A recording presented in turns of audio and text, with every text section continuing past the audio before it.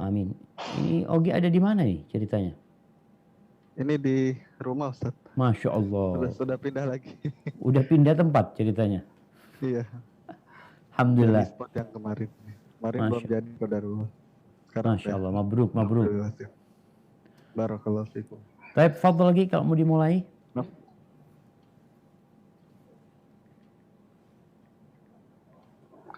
Bismillahirrahmanirrahim. Assalamualaikum warahmatullahi wabarakatuh. Alhamdulillah. Wassalatu wassalamu ala rasulillah wa ala alihi wa ashabihi wa man tabi'ahum bi ihsan ila yaumiddin. Wa asyhadu an la ilaha illallah iqraran bihi wa tauhidan wa asyhadu anna Muhammadan abduhu wa rasuluh tasdiqan lil imani bihi wa ta'kidan. Allahumma shalli ala Muhammad wa ala ali Muhammad. Pertama-tama marilah kita selalu panjatkan dan syukur kita kehadirat Allah Subhanahu wa taala yang masih mencurahkan semua nikmat-nikmatnya pada kita, nikmat iman, nikmat Islam, nikmat sehat, yang sehingga kita dapat mendengar kajian live bersama Ustaz kita, Ustaz Dr. Syafiq Riza Basalamah, LC Amah Hafizahullah Ta'ala, yang akan membahas materi haji dan lebih spesifik dengan tema-tema amalan hari Arafah. Kemudian salawat dan taslim semoga selalu tercurahkan pada Nabi Muhammad Sallallahu Alaihi Wasallam serta keluarga beliau, para sahabat beliau, hingga umat beliau yang mengikuti sunnahnya hingga akhir zaman kelak. Sebelum kajian ini dimulai, Ana akan membacakan beberapa tata tertib selama kajian berlangsung. Mohon untuk disimak. Barakallahu fikum. Yang pertama, kami mohon pada semua partisipan Zoom untuk men-check-in menggunakan nama asli atau nama yang mudah dikenal.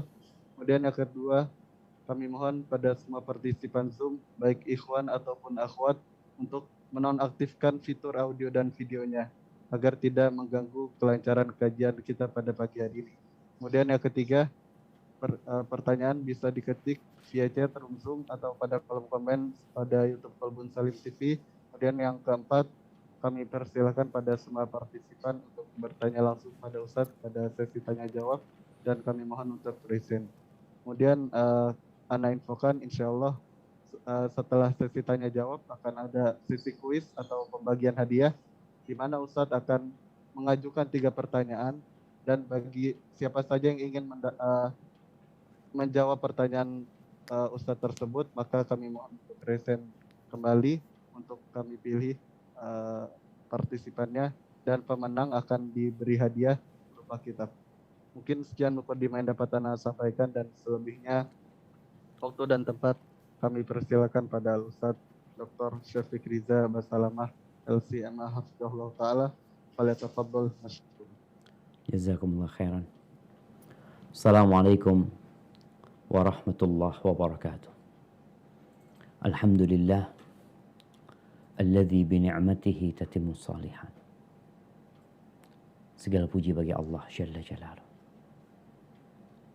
yang karena nikmatnya kebaikan-kebaikan menjadi sempurna,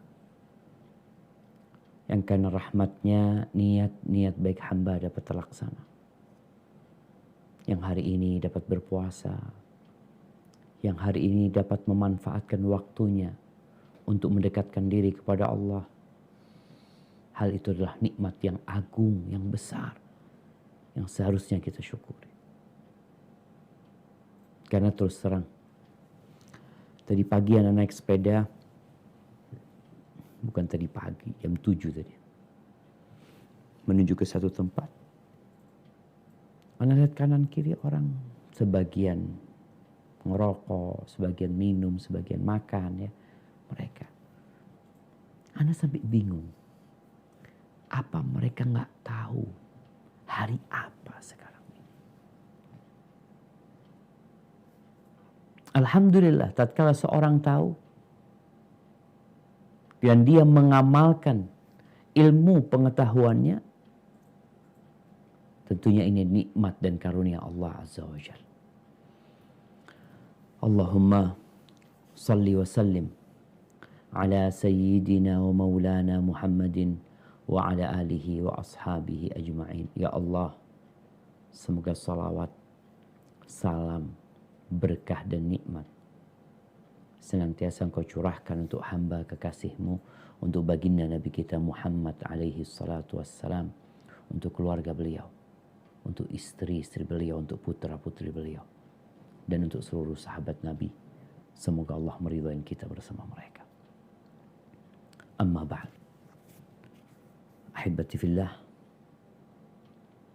hari-hari yang sulit, hari-hari kelabu yang mungkin sedang meliputi negeri kita. Kemarin Indonesia top rekor nomor 1 di dunia secara jumlah yang positif COVID-19 dan yang mati karena COVID-19. Bagaimana kondisi para penguasa, pemerintah kita, baik pusat dan daerah? Mereka pun kebingungan. Semua ini adalah bukti kalau kita hamba Allah yang lemah. Kita harus mengakui, sekuat apapun engkau itu manusia yang perlu tidur, yang perlu istirahat, yang perlu makan, yang perlu minum, yang perlu segala hal yang dibutuhkan dalam kehidupan ini. Allah yang maha kuat, Allah yang maha perkasa, Allah yang ala kulli syai'in qadir. Kondisi para pengusaha, ya, mungkin mereka merasakan dampaknya. Ada yang mengatakan usahanya terjun bebas, ada yang terjun payung. Tapi sejatinya kau harus sadar, selama ini yang memberikan nikmat kepadamu adalah Allah Azza wa Jalla. La ilaha illallah. Dan kepada semua pegawai, semua pekerja, dan setiap manusia, hendaklah sadar bahwa yang memberikan kehidupan kepada dirimu bukan tempat kerja, bukan bos dan atasan, tapi Allah Jalla Jalla. Namun alhamdulillah, ternyata hari-hari kelabu ini berada di 10 awal Dzulhijjah. Kalau bicara setelah Idul Fitri, kita ini udah 2 bulan 10 hari kira-kira setelah Idul Fitri. Dan kita tahu kasus ini menanjak baru 2 pekan ini atau 3 pekan. Namun ahibati fillah, di 10 awal Dzulhijjah ini, yang kata Nabi alaihi salatu wassalam, ma min ayyamin, tidak ada hari-hari al-amalus salihu fiha ahabbu ilallah min hadil ayyam. Beramal soleh di dalamnya lebih baik daripada beramal soleh di 10 awal Dzulhijjah. Walal jihadu fi sabilillah. Jihad di jalan Allah pun tidak dapat menandingi beramal soleh, semua amal soleh tanpa terkecuali. Nggak dapat ditandingi dengan jihad fi sabilillah, kecuali satu kondisi jihad. Orang yang pergi ke medan perang, kemudian tidak pernah kembali. Dia meninggal, tewas di jalan Allah Azza wa Jalla, bersama hartanya hilang semuanya. Hadis rawahul Bukhari. Tapi beramal soleh di sinilah kita lihat, dengan kondisi COVID seperti ini, orang di rumahnya, nggak kemana-mana. Kalau engkau sedang tidak mencari dunia, cari akhirat. Sebagian kita bingung, engkau kenapa harus bingung? Berbulan-bulan, berhari-hari engkau mencari dunia. Tatkala dikondisikan harus di rumah saja, saya mau cari apa Ustaz? Cari akhirat. Udah banyak saudara-saudara kita yang mati. Kemarin 1000 lebih yang mati karena COVID-19. Di kampung ana ada 2 orang hari ini yang meninggal karena COVID. Kemarin di kampung ibu ana ada yang meninggal. Terus seperti itu. Ini mengingatkan kalau yang harusnya kita cari itu bukan hanya fulus. Cari akhirat. Jadi seakan-akan kita dikondisikan, udah kok nggak bisa cari fulus. Tutup usahamu. Jalannya ditutup. Anak ke rumah orang tua ngelihat banyak toko-toko tutup. Karena PPKM. Oke, dibuka setelah PPKM. Dalam kondisi itu ngapain? Cari akhirat. Umar radhiyallahu anhu mengatakan, inni la akrah an arsyab sabahlan. Aku tuh benar-benar benci melihat seorang pemuda yang pengangguran. Pemuda nganggur itu benci banget. La fi amalid dunya wala fi amalil akhirah. Dia nggak ngerjain amalan dunia, amalan yang menghasilkan uang, bermanfaat buat dunia dia, wala fi amalil akhirah. Nggak juga kerjaan akhirat. Nganggur, nggak ngapa-ngapain. Jadi penyakit nanti. Maka kalau kita bicara kesabaran di 10 awal Dzulhijjah ini beda dengan kesabaran di hari lainnya. Sodako yang suka membantu orang lain, berdoa, berzikir, subhanallah. Beramal di 10 awal Dzulhijjah ini benar-benar dilipat gandakan. Apalagi di hari ini. Hari Arafah. Hari ini menurut informasi ada 60.000 jamaah haji yang kemarin mereka bermalam di Mina. Tanggal 8 itu jemaah haji tarwiyah. Disunahkan tarwiyah. Sholat 5 waktu di Mina, qashar tanpa jamak. Mereka sholat zuhur, dimulai zuhur 2 rakaat, asar 2 rakaat, maghrib 3 rakaat, isya 4 rakaat, kemudian subuh 2 rakaat. Setelah sholat subuh, biasanya di hari ini Rasulullah SAW disebutkan di beberapa riwayat, beliau menghadap kepada para sahabatnya. Lalu beliau berkata kepada mereka, ala rislikum, tetap di sini. Jangan kemana-mana dulu. Beliau menyuruh mereka untuk bertakbir. Allahu Akbar, Allahu Akbar. La ilaha illallah, wallahu akbar. Allahu Akbar walillahil hamd. Dari sejak tadi pagi sampai sekarang, berapa kali kita bertakbir? Ahibati fillah. Tinggal 2 hari terindah itu. Dari 10 awal Dzulhijjah. Bicara hari Arafah. Jamaah haji. Sekarang jam berapa? Jam 9. Iya, habis subuh. Jamaah haji itu biasanya mulai meninggalkan Mina menuju ke Arafah. Karena dimulainya wukuf itu setelah tergelincirnya matahari. Baru dimulai wukuf. Ada apa dengan hari Arafah? Yaumul Hajjil Akbar. Itu puncak pelaksanaan ibadah haji. Yang Rasul SAW mengatakan Al-Hajju Arafah. Haji itu Arafah. Hari diampuninya dosa-dosa.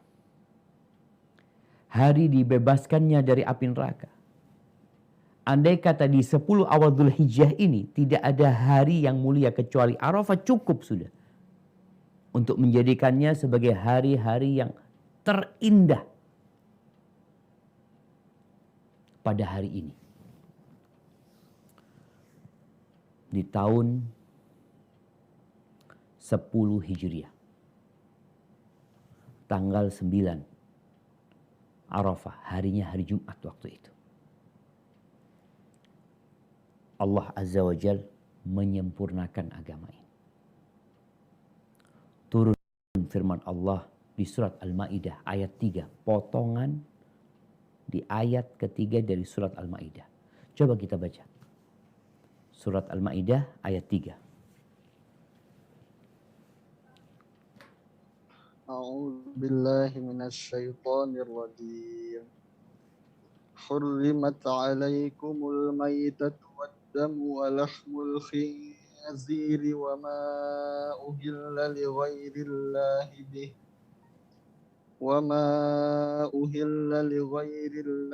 به والمنخنقة والموقوذة والمتردية والنطيحة وما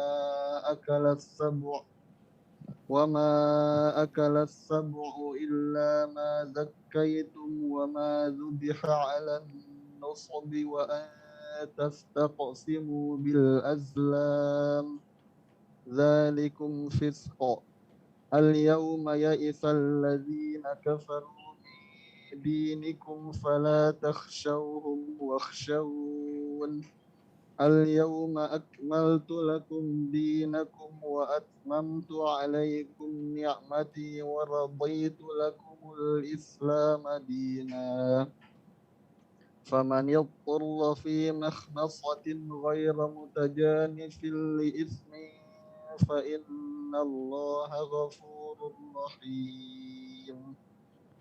Barakallahu fikum. Diharamkan bagimu memakan bangkai, darah, daging babi, dan daging hewan yang disembelih bukan atas nama Allah, yang tercekik, yang dipukul, yang jatuh, yang ditanduk, dan yang diterkam binatang buas, kecuali yang sempat kamu sembelih. Dan diharamkan pula yang disembelih untuk berhala, dan diharamkan pula mengundi nasib dengan azlam atau anak panah, karena itu suatu perbuatan fasik. Pada hari ini orang-orang kafir telah putus asa untuk mengalahkan agamamu. Sebab itu janganlah kamu takut kepada mereka, tetapi takutlah kepadaku. Pada hari ini aku sempurnakan agamamu untukmu, dan telah aku cukupkan nikmatku bagimu, dan telah aku ridhoi Islam sebagai agamamu. Tetapi barang siapa terpaksa karena lapar, bukan karena ingin berbuat dosa, maka sungguh Allah Maha Pengampun, Maha Penyayang. Barakallahu fikum. Subhanallah, setelah Allah menjelaskan apa yang diharamkan, bangkai, darah, daging babi yang disembelih untuk selain Allah, kemudian jenis-jenis binatang yang mati karena tercekik, terbanting, tertanduk, macam-macam. Lalu Allah mengatakan, al-yawma, pada hari ini, ya'isal ladzina kafaru min dinikum. Orang-orang kafir itu putus asa untuk dapat mengganggu kalian di agama kalian. Fala takhshawhum. Jangan takut sama orang-orang kafir. Wakhshawni. Takutlah kepada aku. Lalu Allah katakan, al-yawma, pada hari ini, akmaltu lakum dinakum. Aku sempurnakan bagi kalian agama kalian. Wa atmamtu alaikum ni'mati, dan aku lengkapkan nikmatku atas kalian. Wa raditu lakumul islam dina, dan aku ridha Islam sebagai agama kalian. Subhanallah. Nih, hari Arafah ayat ini turun. Di dalam Sahih Bukhari dan Sahih Muslim diriwayatkan bahwa ada seorang laki-laki dari kalangan Yahudi yang datang menjumpai Umar bin Khattab radhiyallahu taala anhu. Dia mengatakan, "Ya Amirul Mukminin, ayatun fi kitabikum taqra'una." Ada satu ayat dalam kitab kalian yang kalian suka membacanya. "Lau alaina ma'syaral yahud nazalat lattakhadna dzalikal yawm 'idan." Kalau tuh ayat turun kepada kami, bangsa Yahudi, maka kami akan jadikan hari itu hari raya. Id. Qala ayu ayat, kata Umar. Ayat yang mana? Lalu dibacakan tuh. Al-Ma'idah ayat 3. Al-yawma akmaltu lakum dinakum wa atmamtu alaikum ni'mati wa raditu lakumul islam dina. Kata Umar, qad arafna dhalikal yawm. Ya, kami tahu kapan ayat itu turun. Di tempat mana ayat itu turun kepada Nabi SAW. Ayat itu turun pada hari Arafah. di hari Jumat. Oleh karena itu, hari Arafah ini termasuk hari raya. Buat siapa? Buat mereka yang sedang berada di Arafah. Kenapa? Karena mereka tidak dianjurkan untuk berpuasa. Nabi nggak puasa. Di mana Nabi SAW mengatakan, Yaum Arafah wa Yaumun Nahr wa Ayyamut Tashrik Iduna Ahli Islam. Hari Arafah, hari penyembelihan, hari-hari tasyrik itu hari Id kami, umat Islam. Wahya ayyamu aklin wa syurbin. Itu hari-hari untuk makan dan minum. Nggak boleh puasa.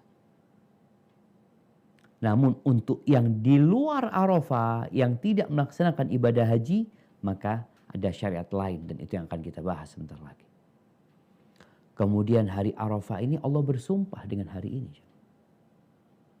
Allah tidak bersumpah kecuali dengan sesuatu yang agung. Coba kita baca surat Al-Buruj ayat 1-3. Allah bersumpah dengan apa? Bismillahirrahmanirrahim. Was-samaa'i dzatil buruj wal yaumil maw'ud wa syahidin wa mashhud. Demi langit yang mempunyai gugusan bintang, dan demi hari yang dijanjikan, demi yang menyaksikan dan yang disaksikan. Subhanallah. Allah bersumpah demi langit yang punya gugusan bintang-bintang, kita lihat. Wal yaumil maw'ud, dan Allah bersumpah dengan hari yang dijanjikan. Wa syahidin wa mashhud, hari yang menyaksikan dan disaksikan. Abu Hurairah radhiyallahu anhu meriwayatkan bahwa Nabi SAW mengatakan, al-yaumul maw'ud yaumul qiyamah. Hari yang dijanjikan itu hari kiamat. Wal yaumil mashhud yaum Arafah. Hari yang disaksikan itu hari Arafah. Bagaimana Allah menyaksikan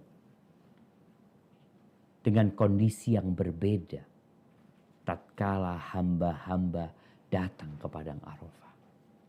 Wasyahid, hari yang menyaksikan adalah yaumul Jum'ah, hari Jumat. Di mana kita tahu dengan keutamaan hari Jumat ini.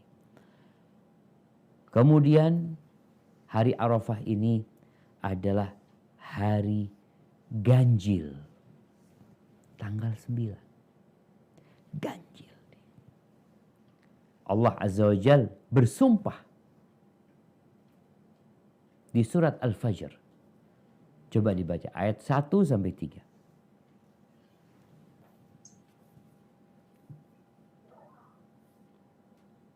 Bismillahirrahmanirrahim. Wal fajr wa layalin 'ashr wasyaf'i wal watr. Demi fajar, demi malam yang 10, demi yang genap dan yang ganjil. Subhanallah. Malam yang 10 adalah awal Dzulhijjah ini. Ini malam yang 10. Yang beramal soleh di dalamnya lebih baik daripada beramal soleh di hari-hari yang lainnya. Lalu Allah bersumpah wasyaf'i wal watr. Demi yang genap dan ganjil. Kata Abdullah bin Abbas radhiyallahu anhu, asyaf'u yaumul adha. Yang genap itu hari penyembelihan, yaumun nahr. Besok tanggal 10 itu genap. Wal watru yaum Arafah. Dan hari yang ganjil itu hari Arafah, tanggal 9. Hari ini sekarang. Wa huwa qawlu Ikrimah ad-Dhahhak. Hari ini benar-benar hari yang agung. Sampai Rasul sallallahu alaihi wasallam bersabda dalam riwayat Imam Muslim dari Abu Qatadah radhiyallahu taala anhu, anna Rasulullah sallallahu alaihi wasallam su'ila an saumi yaumi Arafah.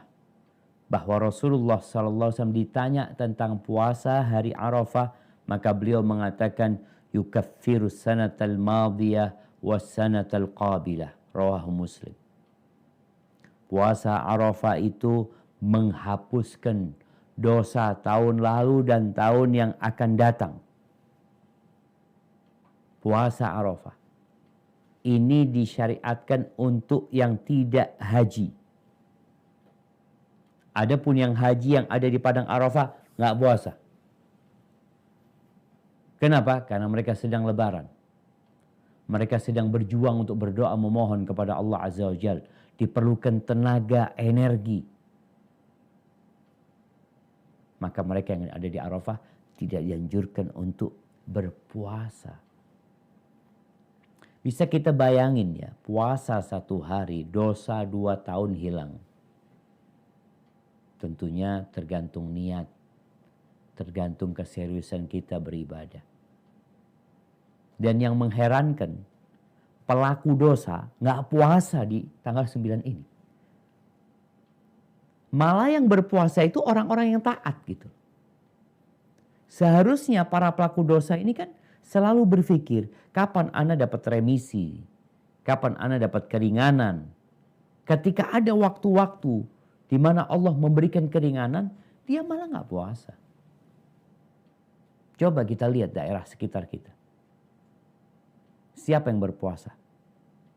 Orang yang taat sama Allah. Subhanallah ya. Inilah faedah ilmu. Al-ilmu, al-khasyah kata Imam Ahmad. Ilmu itu yang membuat engkau takut. Dan Allah mengatakan, innama yakhsyallaha min ibadihi al-ulama. Yang takut kepada Allah dari hamba-hambanya siapa? Yang berilmu. Yang berilmu. Yang gak berilmu 10 awal Dzulhijjah sama aja. Hari Arafah pun masih sarapan. Ini itu. Gak ada tambahan ibadah. La sholat duha, wala qabliyah, wala ba'diyah. Maafi. Buat dia, oh hari ini hari Senin. Besok lebaran kita. Hari ini kita siap-siap nih. Siap-siap untuk apa? Jemaah haji siap-siap untuk wukuf di Arafah. Ahibati fillah. Hari ini entah berapa puluh ribu tahun yang lalu, Allah Azza wa Jalla telah mengambil perjanjian dengan kita. Dengan seluruh anak-anak Adam. Dari Abdullah bin Abbas radhiyallahu anhuma qala Rasulullah sallallahu alaihi wasallam. Inna Allah akhadha al-mitsaq min dhahri Adam bi Na'man. Allah Jalla Jalaluh mengambil perjanjian dari punggung Adam di Na'man, yakni di Arafah. Wa akhraja min sulbihi kulla dzurriyyatin dhar'aha. Allah mengeluarkan dari sulbi Adam semua bakal cipta. Fanatharhum baina yadayhi kadzar thumma lalu kepada mereka dengan jelas bicara di hadapan mereka. Apa yang Allah katakan kepada kita waktu itu? Mungkin sebagian kita lupa dengan hari itu. Maka diingatkan di hari Arafah. Di surat Al-A'raf ayat 172, 173. Nah, tafadhal.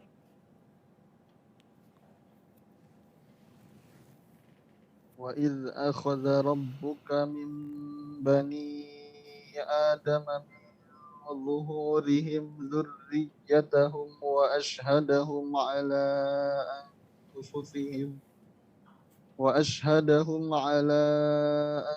أَنفُسِهِمْ أَلَسْتُ بِرَبِّكُمْ قالوا بلى شهدنا أن تقولوا يوم القيامة إنا كنا على غافلين أو تقولوا إنما أشرك آباؤنا من قبل وكنا ذرية من بعدهم afatuhlikuna bima fa'alal mubtilun.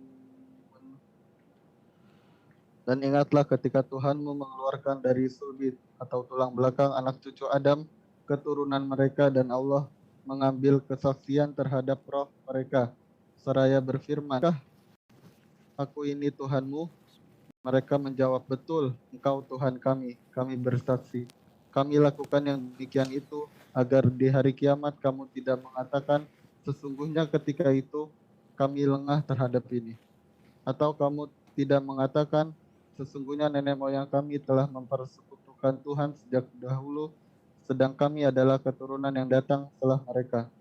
Maka apakah engkau akan membinasakan kami karena ya dahulu yang sesat?" Subhanallah, betapa agungnya hari ini dan betapa dahsyatnya perjanjian yang diambil. Itu terjadi hari ini. Yom Arafah, di padang Arafah.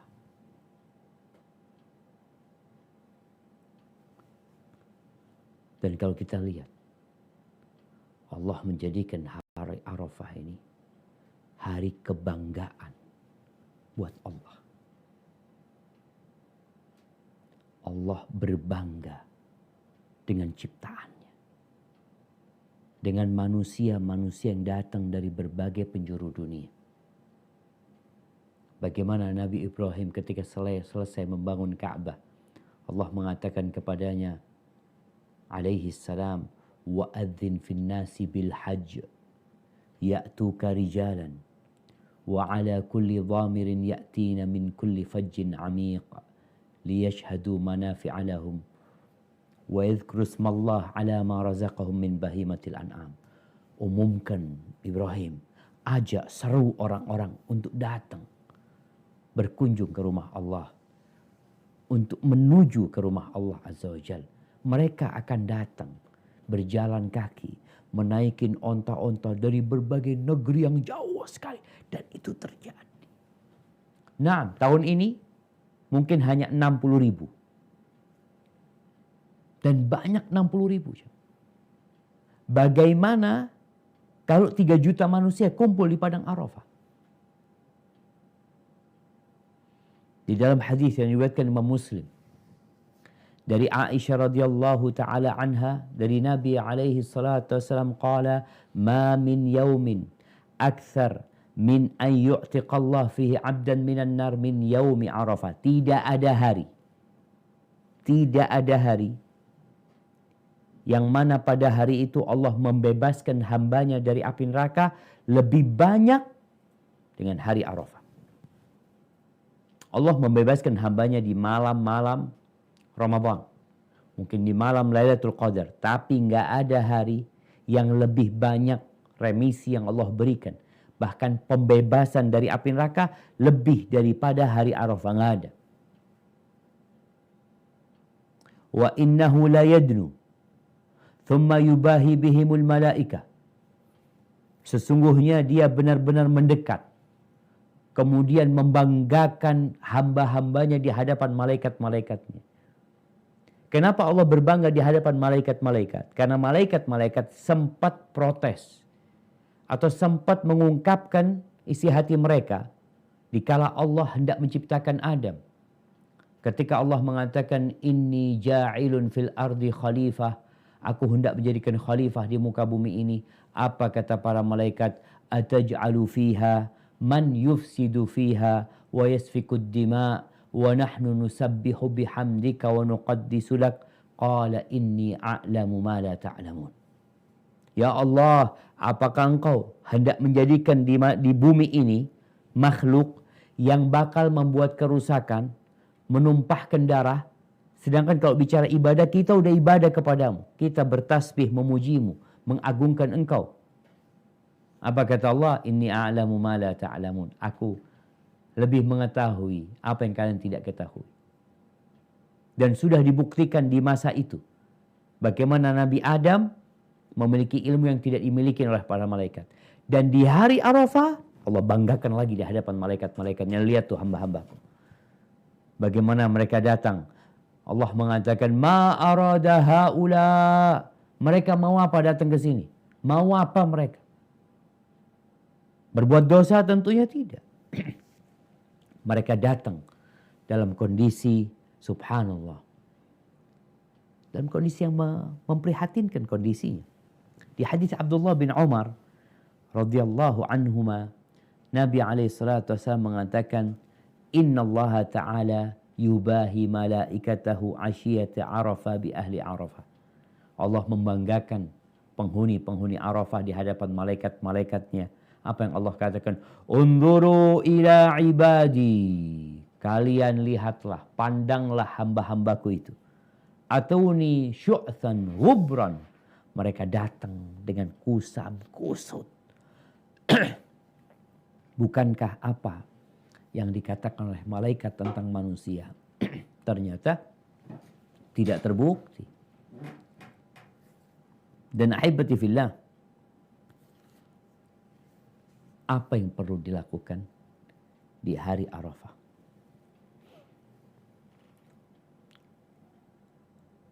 Abdullah bin Amr bin As radhiyallahu anhuma meriwayatkan bahwa Nabi SAW bersabda, khairud du'a du'a'u yaumi Arafah. Sebaik-baiknya doa adalah doa hari Arafah. Wa khairu ma qultuhu ana wan nabiyyuna min qabli. Dan sebaik-baiknya amalan yang diucapkan oleh aku dan nabi-nabi sebelumku, la ilaha illallah wahdahu la syarikalah lahul mulku wa lahul hamdu wa huwa ala kulli syai'in qadir. Rawahu Tirmidzi. Maka perbanyak doa di hari Arafah. Dan sebelum engkau berdoa, manusia itu perlu mendekatkan diri kepada Allah Azza wa Jalla. Bertawassul kepada Allah. Bukankah Allah mengatakan walillahil asmaul husna fad'uhu biha. Allah memiliki nama-nama yang indah. Berdoalah engkau dengan nama-nama itu. Sebelum berdoa, perbanyak membaca la ilaha illallah wahdahu la syarikalah lahul mulku wa lahul hamdu wa huwa ala kulli syai'in qadir. Kita memperbaharui keimanan kita. Bukankah di hari ini telah diambil perjanjian? Astu bi rabbikum. Qalu bala. Ya. Maka diulangin dengan lisannya. Diyakini dengan hatinya. La ilaha illallah wahdahu la syarikalah lahul mulku wa lahul hamdu wa huwa ala kulli syai'in qadir. Tiada ilah, tiada Tuhan yang berhak disembah kecuali Allah. Dia esa, tiada sekutu baginya, nggak ada sekutu baginya. Al-mulku mulkuh wal khalqu khalquh. Kerajaan-kerajaan Allah. Ciptaan-ciptaan Allah. Lahul mulku. Semua kepemilikan itu di tangan Allah. Lahul mulk. Kita mungkin merasa, ana punya rumah. Ana punya mobil. Ana punya motor. Kalau ditanya, ana punya fulus. Tapi ternyata semua yang ana milikin, itu milik Allah Azza wa Jalla. Lahul mulk. Ketika membaca ini ingat. Terus kita punya apa? Nggak punya apa-apa. Engkau punya Allah Azza wa Jalla. Engkau memiliki segala-galanya. Lahul mulk. Walahul hamd. Dan bagi Allah segala pujian. Pujaan itu milik Allah.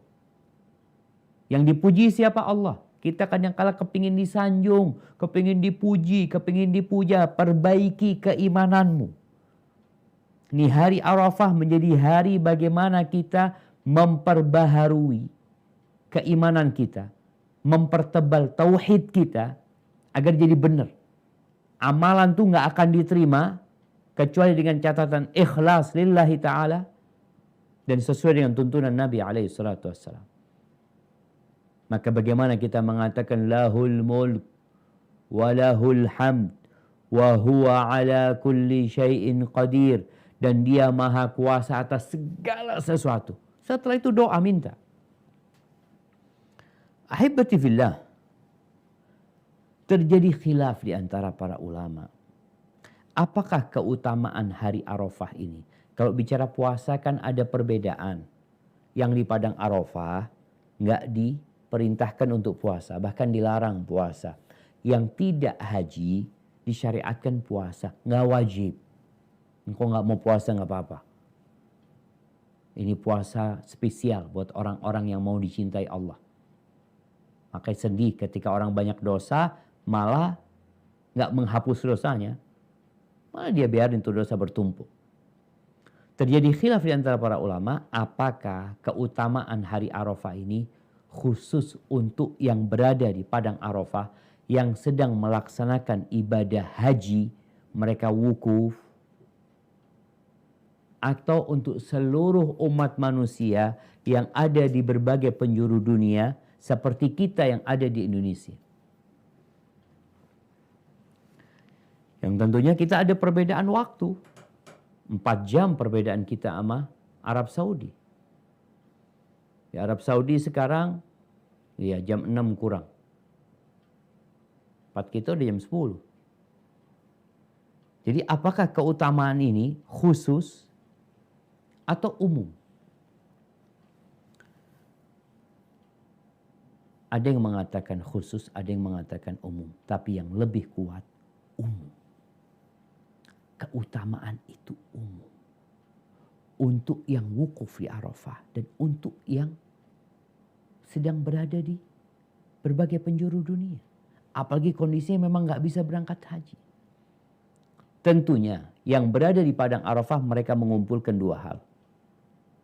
Fadlul makan wa fadlul zaman. Keutamaan itu tempat dan keutamaan masanya, waktunya. Mereka dapat 2. Sedangkan kita yang berada di Indonesia, maka kita nggak dapat keutamaan tempat. Kenapa? Ana di Jember. Emang apa sih keutamaan kota Jember? Ada 1 di BSD, 1 di Jakarta, 1 di Malang. Kita hanya mendapatkan 1 keutamaan, yaitu keutamaan waktu, masa. Dan ditambah keutamaan kondisi bagi yang puasa Arafah. Yang nggak puasa tetap dapat keutamaan waktunya. Ada perempuan yang mungkin datang bulan, Ustaz. Gimana, Ustaz? Perbanyak doa. Minta apa saja. Dari tergelincirnya matahari sampai terbenamnya matahari. Ahibati fillah. Ada 1 amalan yang ini terjadi di kalangan salafus saleh yang disebut at-ta'rif.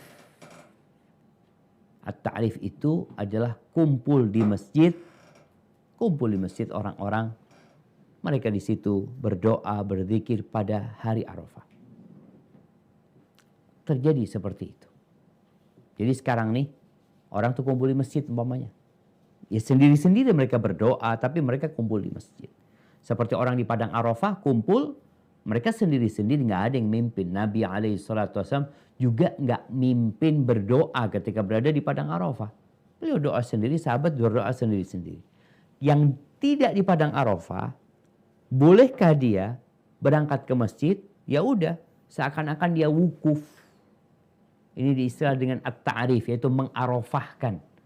Mengarafahkan tempat kita. Di antara yang melakukan hal ini adalah Abdullah bin Abbas radhiyallahu anhuma, dan Imam Ahmad membolehkannya, tapi beliau tidak melakukan.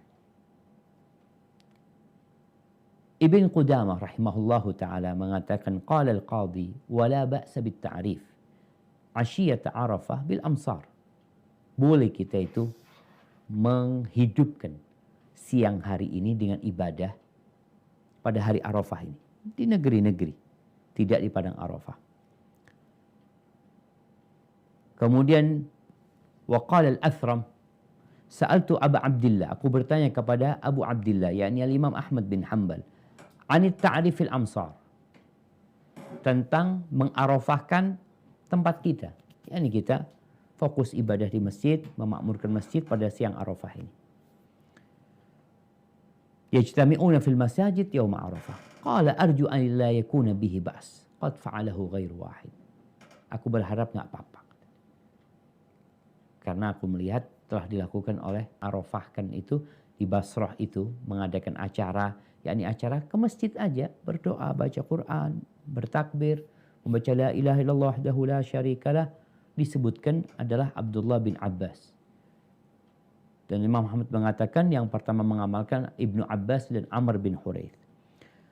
Wallahu a'lam bissawab. Yang jelas, kalau kita membuat masjid, acara di masjid, rame-rame, umpamanya ada yang mimpin, itu tidak disyariatkan. Tapi kalau sekedar orang berangkat ke masjid, berzikir dia di masjid, membaca Al-Quran di masjid, maka menurut pendapat Imam Ahmad, nggak apa-apa. Itu sekedar doa, sekedar zikir, dan kita tahu dengan keutamaan hari Arafah. Ahibati fillah. Dari penjelasan ini, disimpulkan bahwasanya keutamaan Arafah itu bukan hanya untuk yang ada di padang Arafah. Berarti yang di mana-mana juga. Tapi bicara ta'rif, mengarafahkan tempat kita, masjid kita, sebagian membid'ahkan hal itu.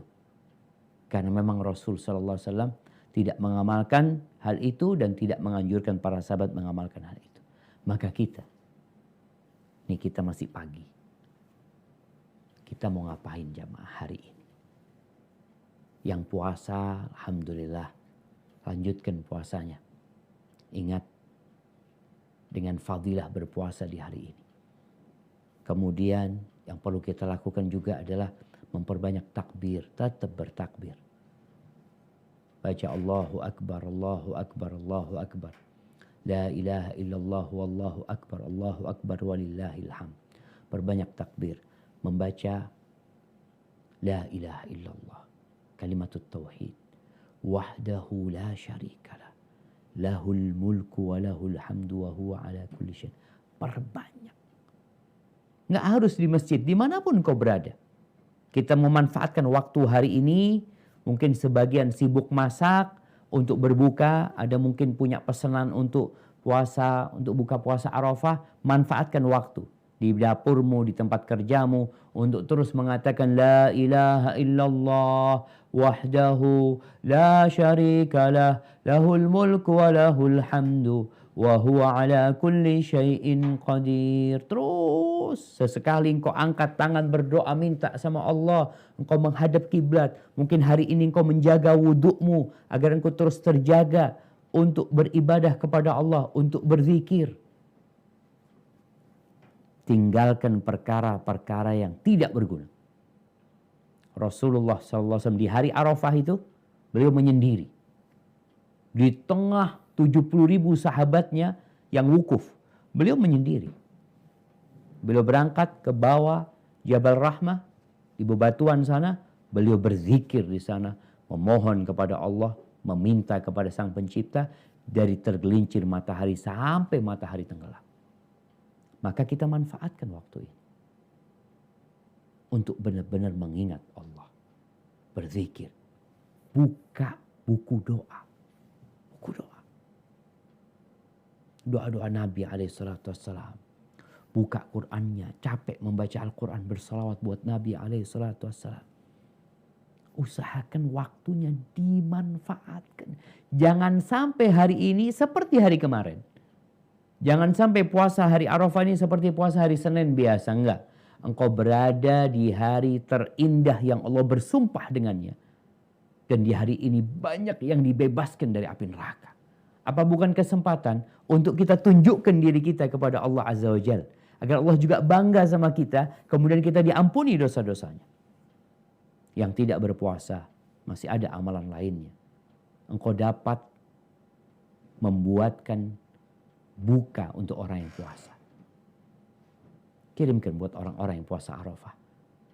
Dan dalam semua itu jaga niat, jaga hatimu. yang punya masalah sama keluarganya. Jangan engkau minta ampun sama Allah, minta maaf sama Allah, sedangkan engkau menyimpan dengki, iri, malu kita. Boleh engkau terus minta ampun, tapi Allah Azza wa Jalla pernah menegur Abu Bakar Siddiq radhiyallahu anhu dan orang-orang yang seperti itu. Allah mengatakan wal ya'fu wal yasfahu ala tuhibbuna ay yaghfirallahu lakum. Hendaklah orang-orang itu memaafkan, mengampuni. Sudah dibiarinlah. Apa kalian gak ingin diampuni sama Allah Azza wa Jalla dosa-dosanya? Tentunya kita semua ingin dosa-dosa kita diampuni. Jemaah haji akan berada di padang Arafah hari ini. Sampai kapan? Sampai matahari tenggelam. Lalu mereka akan melanjutkan perjalanan menuju Muzdalifah. Di hari ini jemaah haji sholatnya jamak qashar. Zuhurnya dijamak sama, asarnya dijamak sama zuhur, jamak takdim. Maghrib isya'nya dijamak di waktu isya, dijamak takhir. Kemudian Nabi SAW istirahat, keesokan harinya, besok waktunya kita berkurban. Jemaah haji akan meninggalkan Muzdalifah. Mereka menuju ke Jamarat di Mina. Setelah mereka lempar jumroh, mereka cukur, mereka potong hewan kurban mereka. Dan kita besok selesai sholat, ya kita potong hewan kurban kita dan kita makan sebagian darinya. Hadza wallahu alam bisawab. Itu yang berkaitan dengan hari Arafah. Semoga setelah kita tahu tentang keutamaannya, tentang fadilahnya, tergerak hati ini untuk menjadikan hari ini spesial. Karena memang hari ini hari yang istimewa. Barakallahu fiik. Anda kembalikan ke moderator. Jazakumullah khair. Nah. Jazakumullah khairan wa barakallahu fikum. Kami sampaikan pada Al-Ustaz Dr. Syafiq Riza Bersalamah LCMA Hafizahullah Ta'ala atas materi yang telah disampaikan. Semoga dapat bermanfaat bagi kita semua, terlebih lagi di hari Arafah ini. Pertanyaan pertama. Assalamualaikum. Izin bertanya Ustadz. Nah. Apakah benar jika salat syuruk di hari Arafah setara pahala haji? Dan apakah salat syuruk ini harus dilakukan di masjid? Bagaimana dengan akhwat yang di rumah Ustadz? Apa tidak bisa melaksanakan salat syuruk? Jika bisa dilakukan, apa harus duduk di sajadah dari selepas subuh sampai waktu syuruk? Atau boleh sambil melakukan kegiatan rumah dan ketika syuruk bisa langsung salat saja? Jazakallah khairan katsiran. Barakallahu fiik. Nah, ahibati fillah. Kalau bicara salat syuruk yang disebutkan dalam hadis riwayat Tirmidzi, Rasulullah sallallahu alaihi wasallam mengatakan, "Man shallal ghadata fi jama'atin, thumma qa'ada yadhkurullah." Barang siapa yang salat subuh berjamaah, thumma qa'ada yadhkurullah, kemudian dia duduk mengingat Allah. Ingat syaratnya, setelah sholat berjamaah, dia duduk berzikir mengingat Allah. Hatta tatlu asyams. Kegiatan itu dilakukan sampai matahari terbit. Thumma shalla rak'atain. Kemudian setelah matahari terbit, setelah tinggi kira-kira 10-15 menit, dia sholat 2 rakaat. Kanat lahu ka ajri hajjatin wa umratin tamatin. Maka dia akan mendapat pahala haji dan umrah yang sempurna. Ini hadis disahihkan oleh Syekh Albani rahimahullah ta'ala. Dan amalan ini bukan hanya tadi pagi. Bukan hanya pada tanggal 9 Zulhijjah. Tapi sepanjang masa. Tapi gimana kalau kita ngamalinnya di tanggal 9 Zulhijjah? Tentunya akan berlipat-lipat ganda pahala. Makanya nggak bisa haji, seharusnya dia memanfaatkan hari Arafah ini ya dengan maksimal. Ada 200 jemaah haji. 200.000. Yang tahun ini, tahun lalu 200.000. Nih 400.000 jemaah haji seharusnya di hari Arafah ini memanfaatkan waktu ini sebagaimana kalau dia sedang di Arafah. Ngapain? Ya beribadah, berdoa, memohon kepada Allah. Kalau tadi paginya kita sholat syuruk umpamanya, maka insya Allah kita akan mendapatkan pahala haji dan umroh yang sempurna, yang sempurna, yang sempurna. Bukankah ini karunia Allah Azza wa Jalla jemaah yang sangat besar sekali buat orang yang gak mampu berangkat haji. Yang mampu berangkat haji pun kalau mengamalkan ini tetap dapat pahala haji dan umrah yang sempurna. Adapun bagi para wanita, bagaimana kondisi para wanita? Yang dia memang tidak disyariatkan berjamaah. Dia sholat sendiri lebih afdal daripada berjamaah. Apakah dia dengan sholat subuh di rumahnya, kemudian duduk di tempat sholatnya sampai matahari terbit, lalu sholat 2 rakaat akan mendapatkan pahala haji dan umrah yang sempurna? Insya Allah. Syekh bin Baz berpendapat insya Allah dia dapat hal itu. Karena sesuai dengan syariat perempuan. Akan tetapi syarat yang lainnya harus dijalankan. Thumma qa'ada fi musalla. Kemudian dia duduk di tempat sholatnya. Duduk. Ngapain? Berzikir. Memohon kepada Allah, membaca Quran sampai fajar terbit.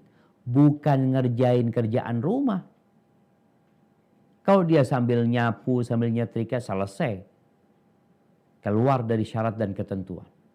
Maka syarat dan ketentuannya tolong dipenuhin, yaitu duduk mengingat Allah sampai matahari terbit, kemudian sholat 2 rakaat. Hada wallahu a'lam bishawab. Na'am. Insyaallah, barakallahu fikum ya Ustaz wa ahsanallahu. Kemudian pertanyaan selanjutnya, bismillah. Assalamualaikum warahmatullahi wabarakatuh. Izin bertanya Ustaz, di hari Arafah Allah bebaskan hambanya dari api neraka. Apakah termasuk yang pernah dosa besar Ustaz? Jazakallahu khairan katsiran. Ahibati fillah. Inna Allah yaghfiru dzunuba jami'a. Allah itu mengampuni semua dosa. Semua dosa. Kalau orang itu bertobat, Allah akan ampuni. Hanya satu dosa yang Allah tidak akan mengampuninya ketika orang itu mati dalam kondisi syirik. Innallaha la yaghfiru an yushraka bihi wa yaghfiru ma duna dzalika liman yasha. Allah tidak mengampuni dosa syirik. Selain itu masih ada harapan diampuni. Nah, bicara Allah mengampuni semua dosa ini kalau orang itu bertobat. Mau dosa syirik pun kalau tobat Allah akan ampuni. Mau dosa sebesar apapun kalau dia bertobat Allah akan ampuni. Apakah pengampunan yang Allah berikan pada hari Arafah ini, pembebasan dari api neraka ini, khusus untuk yang melakukan dosa kecil? Atau semua dosa? Masalah ini diperbincangkan oleh para ulama. Sebagian mengatakan semua dosa.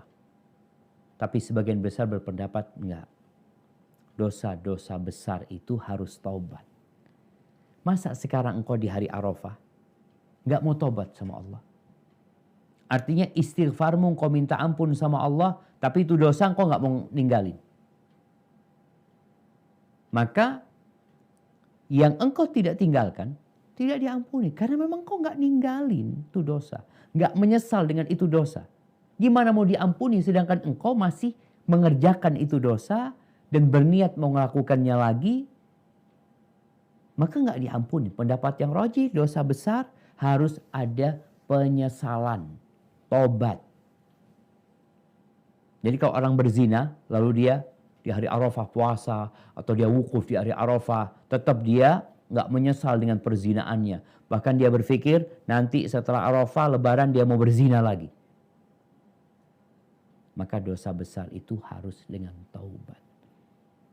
Allah Azza wa Jalla mengatakan in tajtanibu kaba'ira ma tunhauna anhu nukaffir ankum sayyi'atikum wa nudkhilkum mudkhalan karima.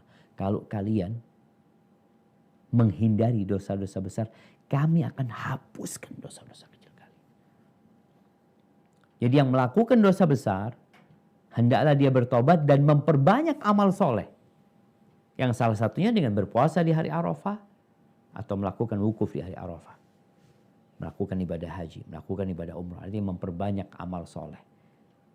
Itu kalau dia sudah bertobat. Kalau belum bertobat, ya mbok tobat dulu. Menyesali, kemudian meninggalkan itu dosa dan bertekad untuk tidak mengulangi. Hada wallahu a'lam bissawab. Nah. Insyaallah. Kemudian kami panggil yang pertama Al-Ukht Yuliza Bekasi. Tafadhali. Ya, Bismillah, Assalamualaikum warahmatullahi wabarakatuh. Barakallahu fiik Ustadz. Waalaikumsalam warahmatullahi wabarakatuh. Wa fiki wa barak. Pak. Tafadhali. Afwan izin bertanya Ustadz. Ini tadi Ustadz katakan bahwa amalan itu akan diterima dengan 2 syarat, yaitu ikhlas dan sesuai tuntunan. Nah, bagaimana jika kita puasa pada hari ini, untuk puasanya kita melafalkan niat dengan nawaitu sauma arafah sunatanillahi ta'ala Ustadz. Apakah niat itu sesuai tuntunan dan apakah bisa amalan kita diterima? Kemudian yang kedua Ustadz, bagaimana menyikapi ini di grup WA kan ada share permintaan maaf sebelum hari Arafah. Itu dicantumkan dari Imam Muhammad Al-Bakir. Saling memaafkanlah kalian sebelum hari Arafah. Seperti itu Ustadz, karena Nabi Muhammad SAW bersabda, di hari Arafah seluruh amal diangkat menuju Allah kecuali amalan orang-orang yang saling bermusuhan. Nah, apakah kita diam saja, mengabaikan atau ikut juga meminta maaf? Satu lagi ya Ustadz, Nah. tentang pelafalan ucapan Bismillah dan Bismillahirrohmanirrohim. Apakah ada penempatannya, kapan kita mengucapkan Bismillah, kapan kita mengucapkan Bismillahirrohmanirrohim? Mohon pencerahannya Ustadz. Syukron, jazakallah khair. Barakallahu fiik. Nah, ahibati fillah. Berkaitan dengan pertanyaan pertama. Innamal a'malu binniyat. Amalan itu tergantung niatnya. Artinya memang semua amalan harus ada niatnya. Mau puasa, mau sholat, ya, kemudian mau berhaji, semua harus ada niatnya. Hanya saja tempatnya niat itu di hati. Bagaimana dengan talafut bin niyah? Talafut bin niyah tidak disyariatkan. Karena Rasul SAW mensyariatkan niat. Niat itu syarat diterimanya sebuah amalan. Tapi melafalkan niat itu tidak beliau syaratkan. Dan para ulama pun sampai yang melafalkan niat mereka juga mengatakan enggak harus gitu. Lafal niat itu enggak harus. Artinya kalau enggak lafal niatnya enggak sah, enggak ada yang mengatakan itu. Artinya yang penting niat itu di hati. Hanya saja mereka berpendapat dengan dilafalkan itu untuk menguatkan. Tapi yang jadi ukuran dan standar buat mereka yang melafalkannya tetap yang di hati. Jadi mereka tidak mengatakan kalau tidak melafalkan niat haji atau puasanya nggak sah. Mereka tetap mengatakan sah. Karena yang penting niatnya itu di hati. Sehingga kalau dikatakan apakah orang yang melafalkan niat akan diterima amalannya, Allah Azza wa Jalla akan melihat. Yang tidak melafalkan niat, yang ikhlas pun nanti akan dilihat. Yang sesuai dengan tuntunan tetap akan dilihat amalan tersebut. Jadi ketika syarat-syaratnya terpenuhi, semoga Allah terima. Ketika ada kekurangan di sana dari amalannya, ia akan dikurangi sesuai dengan pelanggaran yang dia lakukan dalam ibadah tersebut.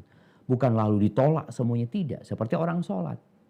Mungkin dia melakukan satu kesalahan dalam sholatnya. Bukan sholatnya kemudian ditolak semuanya, tidak. Berarti kalau memang ada yang kurang, disitulah yang akan ada pengurangan dinilai dari ibadah tersebut. Begitu pula dengan puasa umpamanya. Baik. Yang kedua, bicara apa yang kedua? Permohonan maaf Ustaz. Permohonan maaf ya. Iya, bicara permohonan maaf. Sejatinya kita itu memohon maaf dalam semua kondisi. tatkala kita merasa punya salah, segera mohon maaf. Berkaitan bahwasanya hari Arafah hari diangkatnya amalan, wallahu a'lam bishawab.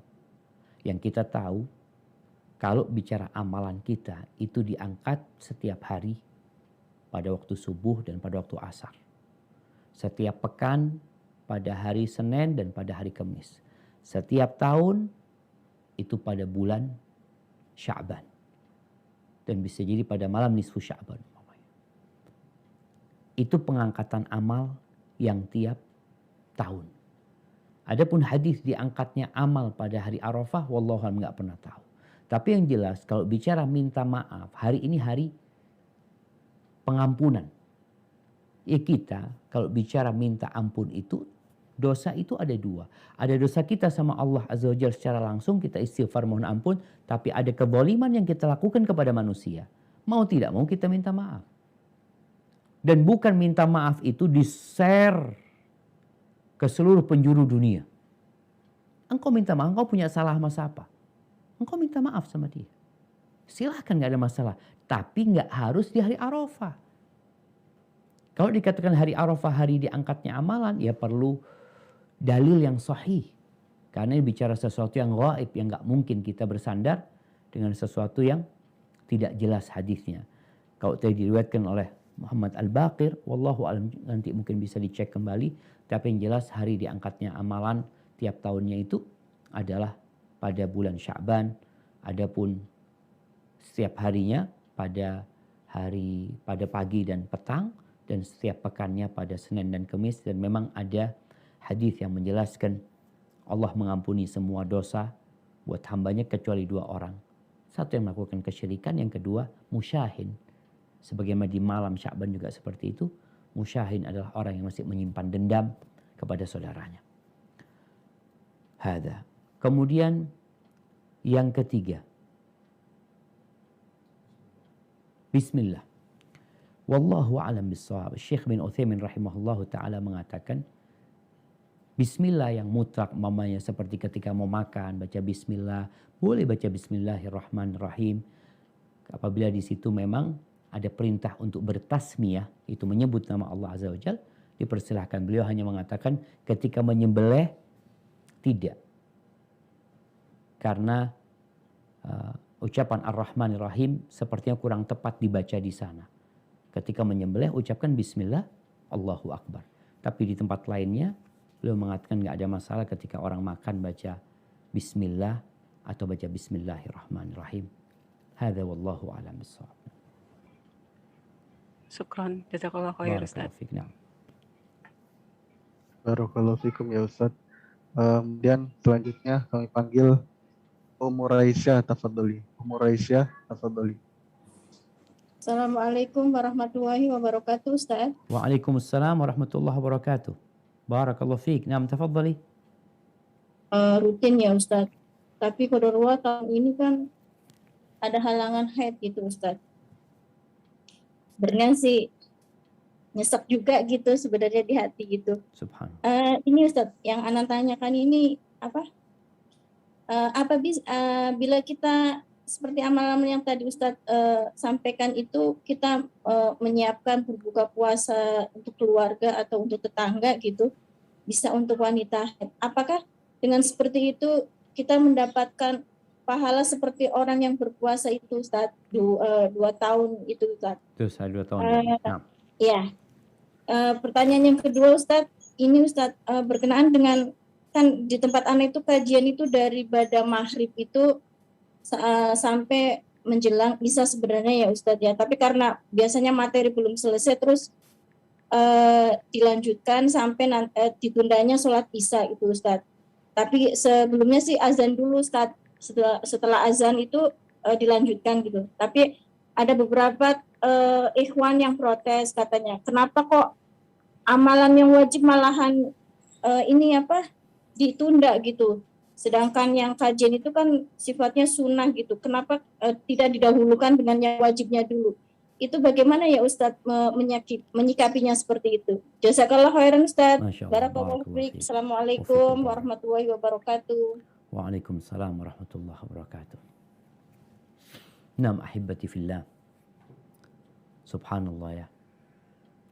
Allah itu maha pengasih dan maha penyayang. Rahmatnya meliputi segala sesuatu. Orang yang sakit, orang yang berhalangan karena musafir, ketika dia tidak melakukan amalan yang biasa dia kerjakan, akan tetap pahala itu ditulis. Ditulis, itu orang sakit deh. Gak bisa puasa. Ini orang musafir. Gak puasa ketika 9 Arafah. Tapi dia rutin puasa tanggal 9 Arafah. Dicatat. Dia pahala puasa Arafah.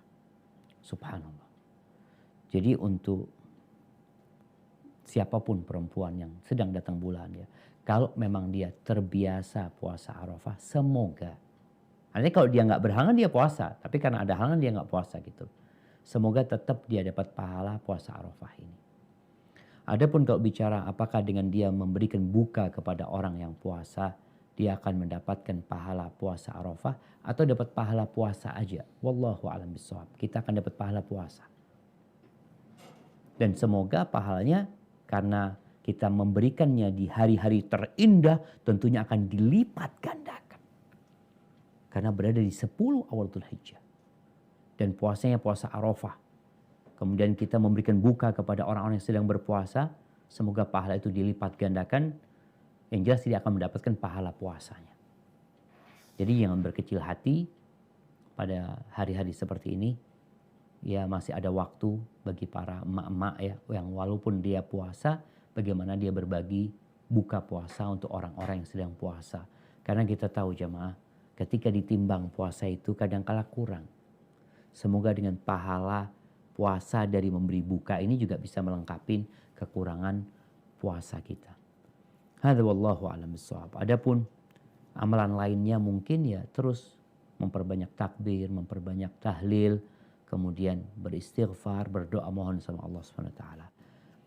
Adapun untuk pertanyaan kedua tentang penundaan sholat Isya.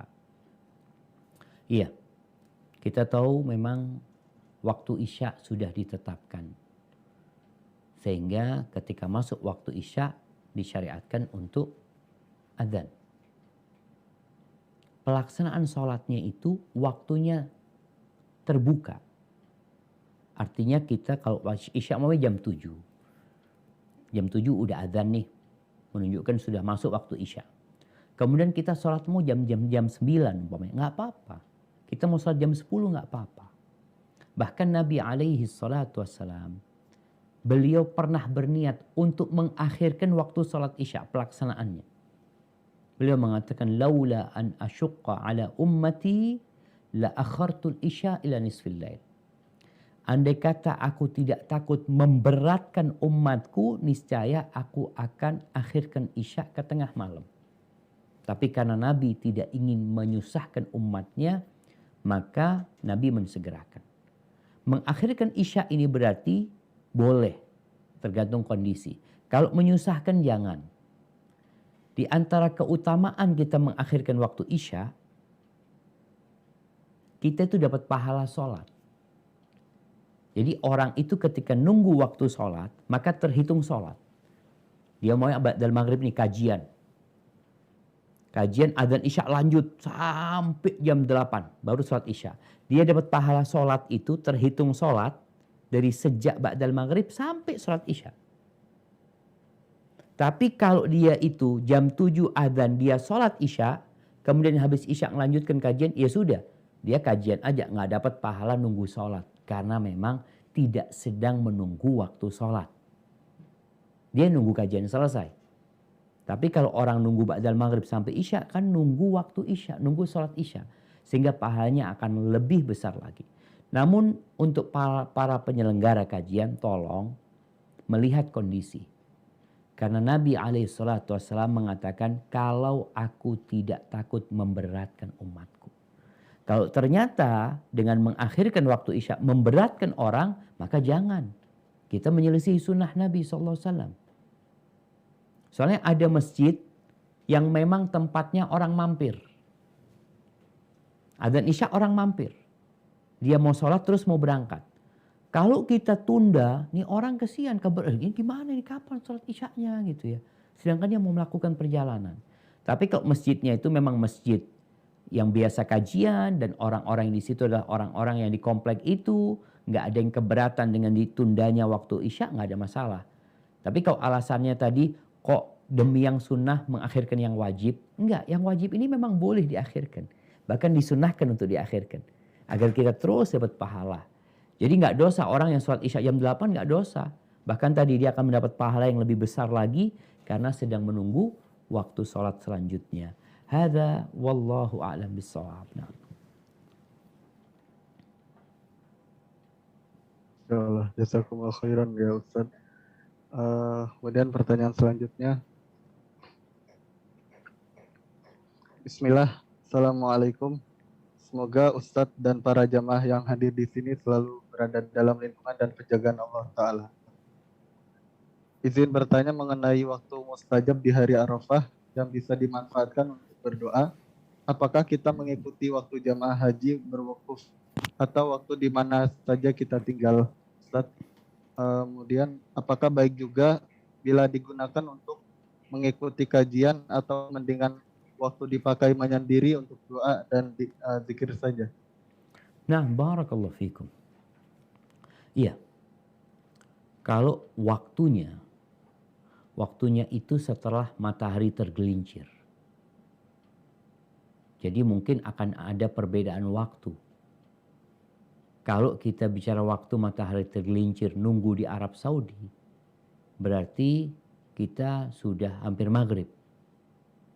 Selesai sudah. Wallahu a'lam bishawab.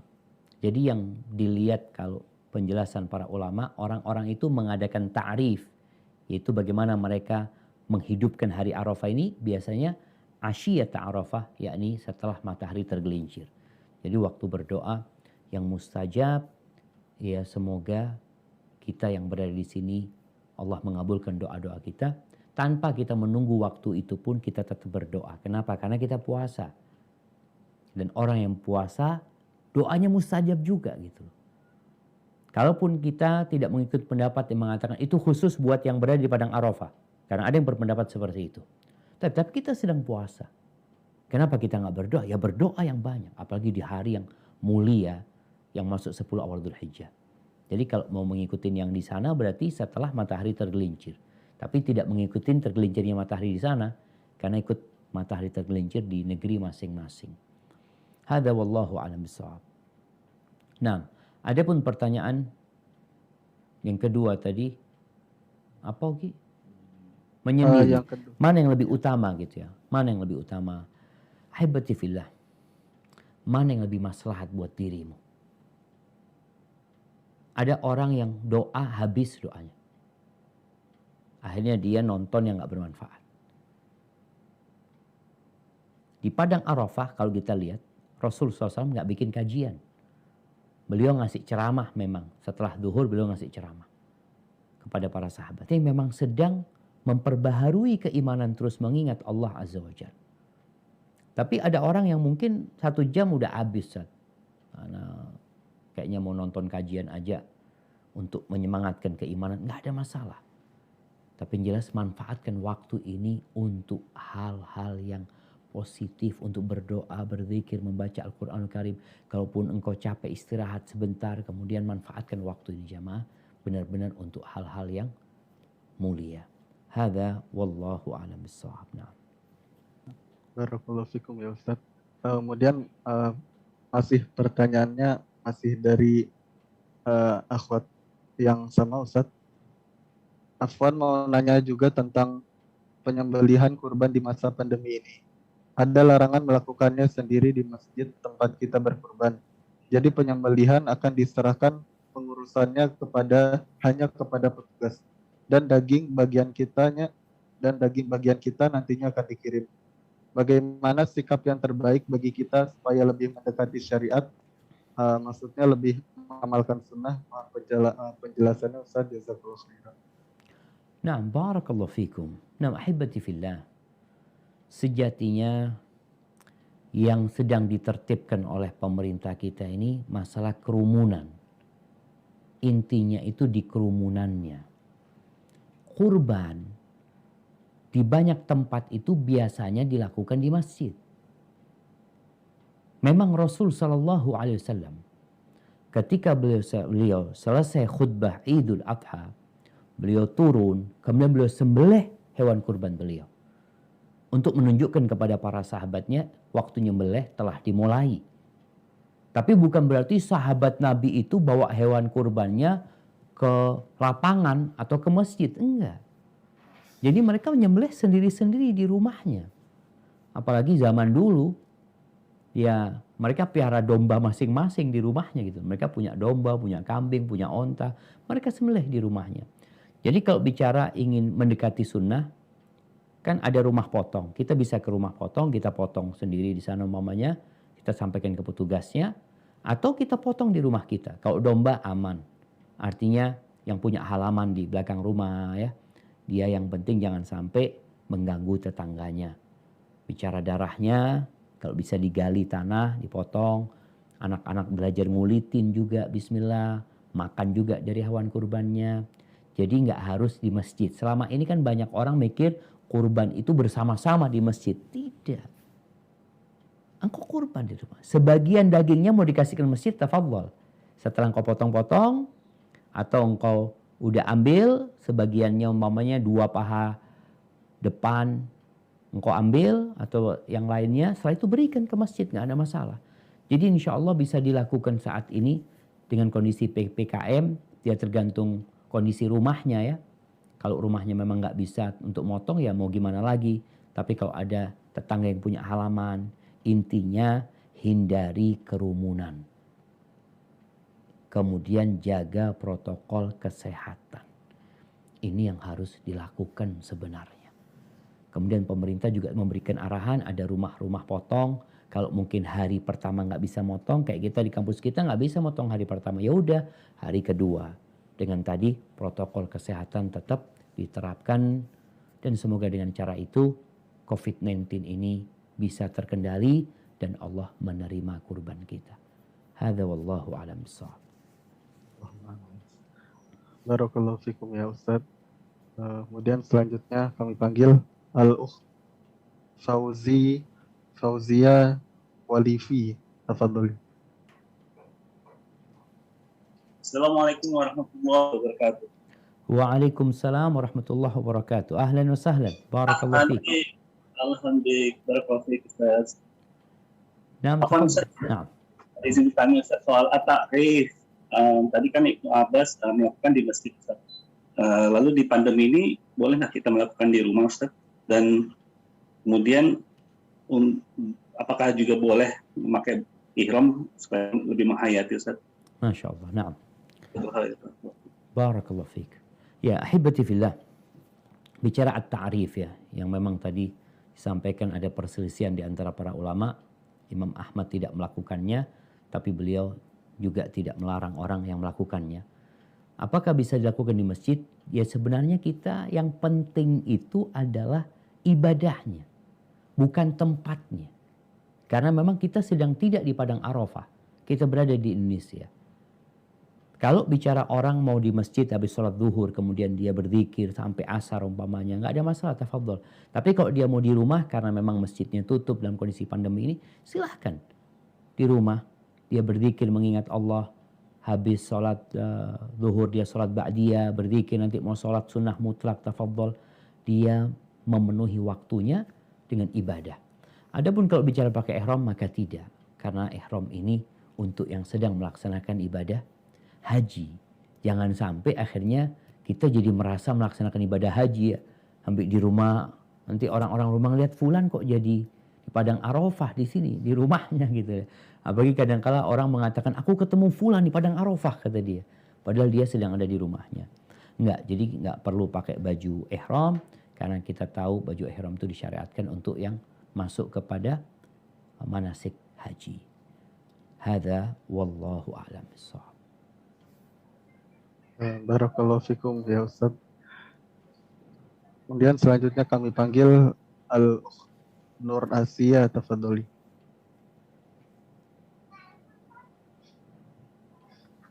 Assalamualaikum Ustaz. Waalaikumsalam warahmatullahi wabarakatuh. Barakallahu fiik. Naam, tafadhali. Alhamdulillah, semoga Ustadz dan seluruh umat muslim selalu diberkahi ya Ustadz ya. Wa fiik wa barak. Afwan Ustadz, izin bertanya. Kalau selama ini kan saya kalau berkurban itu ke tempat lain yang bukan di daerah saya ya Ustadz. Nah. Yang saya ingin tanyakan itu kalau seandainya kita berkurban di tempat lain, kan ada anjuran yang supaya kita tidak memotong kuku dan rambut dan yang lainnya. Nah. Sedangkan kadang-kadang laporan dari pihak penyelenggara itu kadang-kadang kurbannya suka dipotongnya itu nggak pas hari H, misalnya nggak pas besok atau bisa sehari atau 2 hari setelah itu. Apakah yang ingin saya tanyakan, apakah saya sudah boleh memotong kuku ataupun memotong rambut itu apakah boleh Ustadz? Walaupun belum dipotong hewan kurbannya. Nah kan justru itu saya kan kadang-kadang laporan yang diterima kan kadang dikirim laporannya itu telat gitu kan.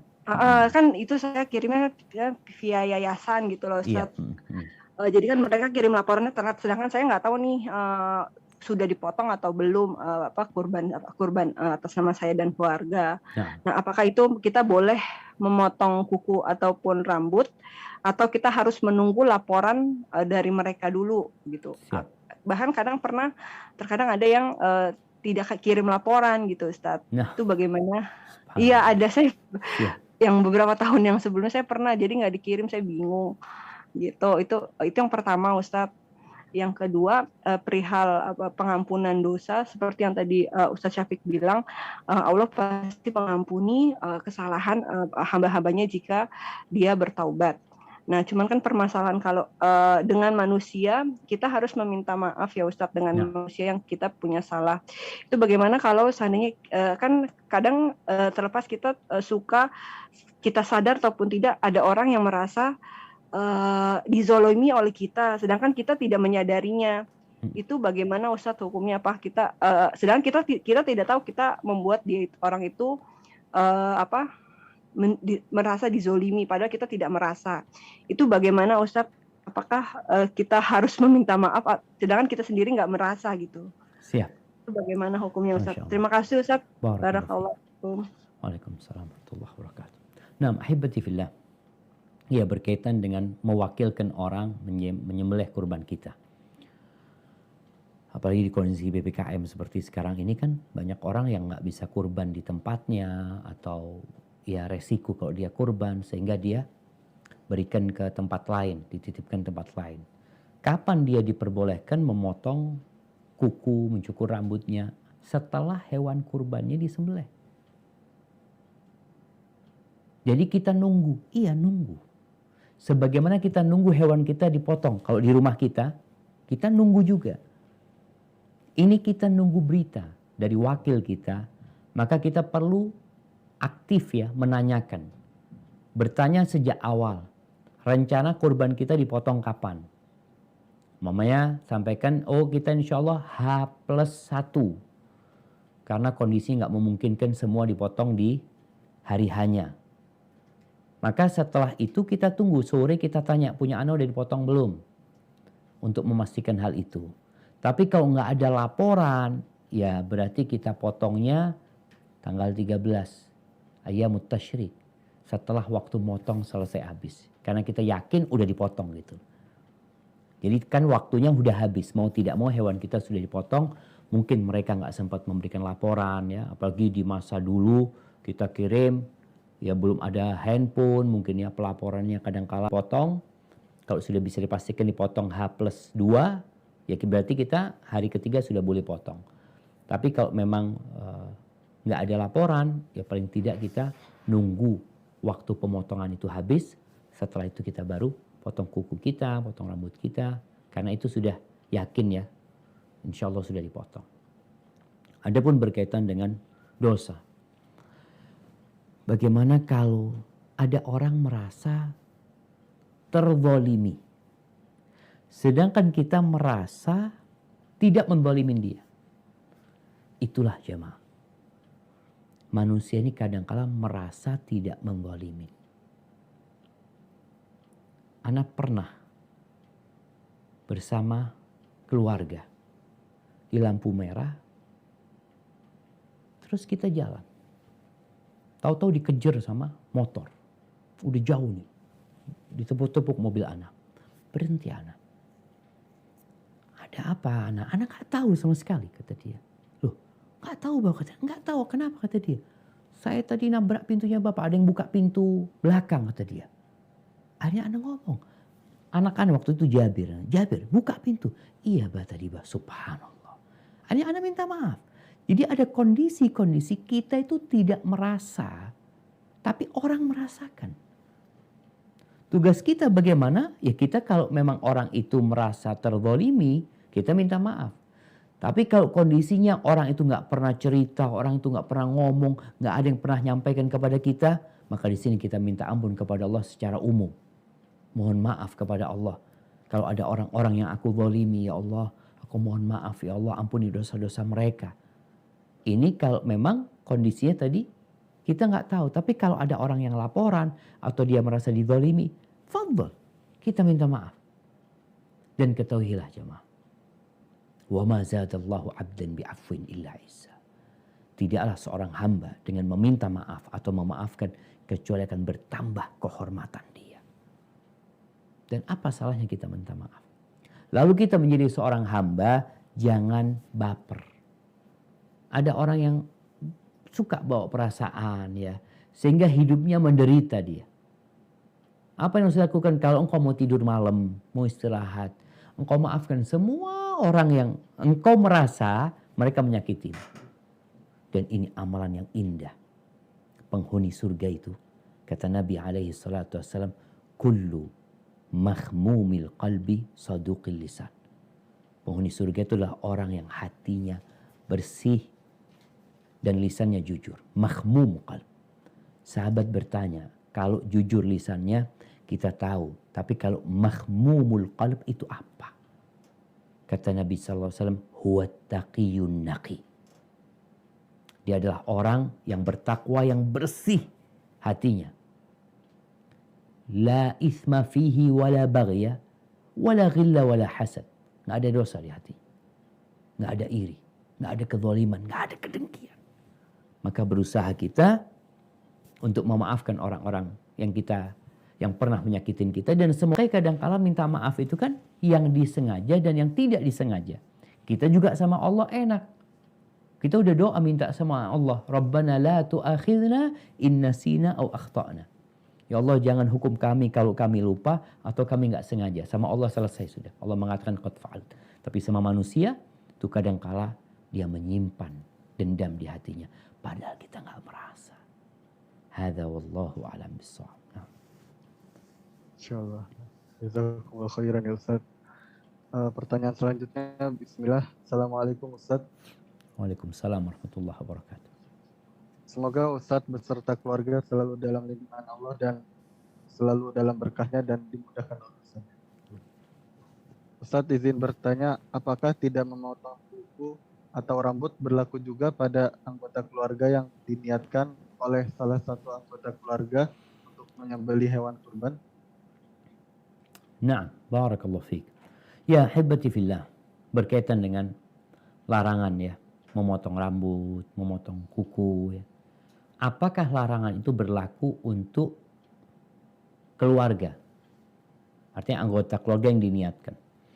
Kalau anggota keluarga itu memangnya 1 sapi untuk 7 orang. Ini bapak beli sapi. Anaknya 5. Dia, istri dan anak 5. Berarti sapi ini dimiliki oleh 7 orang itu. Maka semuanya nggak boleh potong kuku, nggak boleh potong rambut. Tapi kalau mereka itu include dalam niat, include dalam niat sang mudhahi, 1 sapi niatnya 1 keluarga. Artinya mereka tidak memiliki sapi itu. Sapi itu milik kepala keluarga. Maka yang tidak boleh potong rambut dan kuku adalah mudhahinya. Jadi mudhahinya yang nggak boleh. Tadi kalau 7 orang itu semua mudhahi berarti mereka nggak boleh. Tapi kalau 1 cuma mudhahi, yang lainnya hanya include dalam niat, yang lainnya nggak ada masalah potong kuku dan potong rambut. Hadza wallahu a'lam bissawab.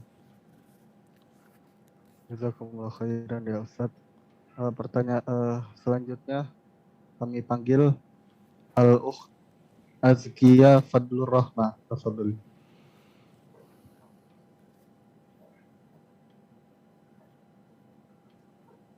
Afwan. Azkia, tidak ada suaranya.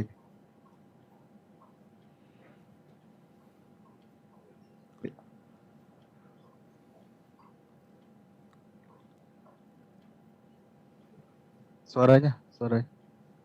Mohon di-unmute dulu. Nah, Halo, Assalamualaikum. Ustadz Syafiq. Waalaikumsalam warahmatullahi wabarakatuh. Ahlan wa sahlan. Barakallahu fiik. Izin bertanya, Ustadz. Tafadhol. Saya ingin bertanya bagaimana hukumnya ketika kita berhutang untuk berkurban. Karena kita sangat ingin berkurban, namun mungkin finansial kita belum cukup dan kita berhutang ke saudara yang menawarkan. Bagaimana hukumnya dan bagaimana pahalanya? Apakah pahalanya dapat ke kita atau ke saudara kita atau kedua-duanya atau tidak sama sekali? Gitu, Ustaz. Masya Allah, barakallahu fiik. Nah, ya hibati fillah, bicara kurban ya. Allah Azza wa Jalla mengatakan fasalli li rabbika wanhar. Salatlah untuk Rabbmu dan sembelihlah. Berkurban ini nggak sama sedekah. Pahalanya berbeda. Kalau sedekah beli daging bagikan. Tapi kurban di waktu yang sudah ditetapkan dan hewan yang sudah ditentukan. Engkau bisa sedekah kuda. Bisa sedekah ayam. Tapi nggak bisa kurban kuda, kurban ayam nggak bisa. Kurban itu harus hewan ternak yang sudah ditetapkan dengan waktu yang ditetapkan. Kemudian gimana kalau nggak punya fulus? Kalau nggak punya fulus nggak usah maksa. Nggak usah maksa. Kalau sampai berhutang, jangan. Yang mampu silahkan. Tapi kalau ada manusia ini, ya mungkin kita ini termasuk bangsa yang suka berhutang. Ustadz kok bicara kurban, ana motor utang, mobil utang, rumah utang Ustadz. Masa kurban nggak utang gitu loh. Artinya sesuatu yang nggak wajib aja, ana utang gitu loh. Kalau memang seperti itu, asalkan engkau punya aset yang dapat melunasi itu uang, itu utang. Boleh. Apalagi kalau dikatakan ada yang menawarkan, engkau mau kurban, fadol nih, aku ada uang, fadol nih. Lalu engkau bawa utang. Karena kalau bicara utang, tetap utang jemaah, kecuali diikhlaskan sama orang tersebut. Dan kita tahu orang yang mati membawa hutang. Walaupun mati syahid, itu tertahan gara-gara hutang dia. Nggak bisa masuk surga ruhnya. Sampai utangnya dilunasi. Maka kalau engkau memang punya aset, artinya kalau aku mati, ini motor jual untuk bayar utang tersebut. Maka silahkan. Tapi kalau enggak, engkau enggak perlu memaksakan diri. Karena Rasul SAW mengatakan, man kana lahu sa'ah. Barang siapa yang punya keluasan rizki, kemudian tidak berkurban, itu yang diancam. Tapi kalau dia memang enggak punya keluasan rizki, engkau niatkan. Kalau suatu saat aku punya rizki, aku akan berkorban. Hadza wallahu a'lam bishawab. Mungkin kita masuk ke kuis kayaknya. Ustaz lagi? ya, baik Ustaz. Tafadhol. Afwan, sebelum sesi kuis ini dimulai, yang belum menurunkan atau belum lower hand, tafadhol untuk di lower hand. Sudah tidak. Nah, tafadhol.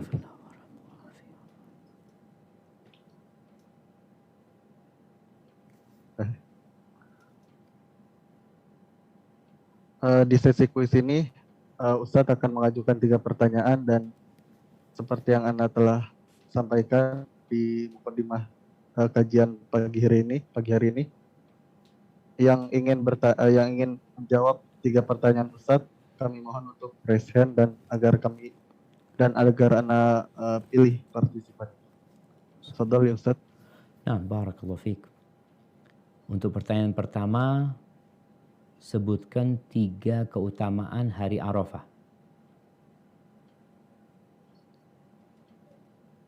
Lukman, tafadhol.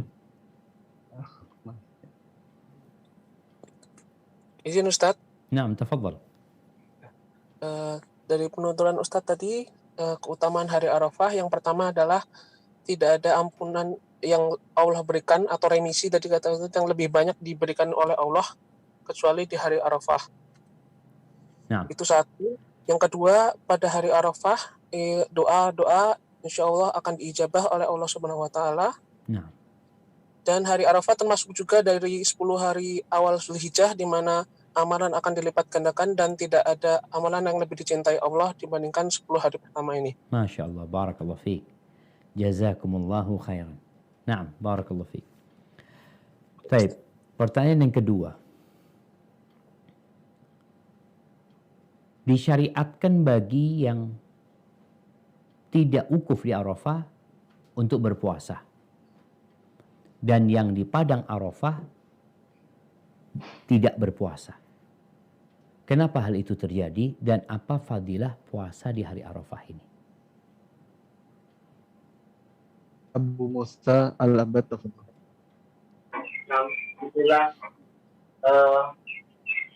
pertama ini Ustaz yang terkait dengan fadilah berpuasa di hari Arafah. Yang pertama akan dihapuskan dosa-dosa kita, terutama dosa kecil dan dosa besar setelah bertobat 2 tahun, 1 tahun sebelum dan 1 tahun sesudah.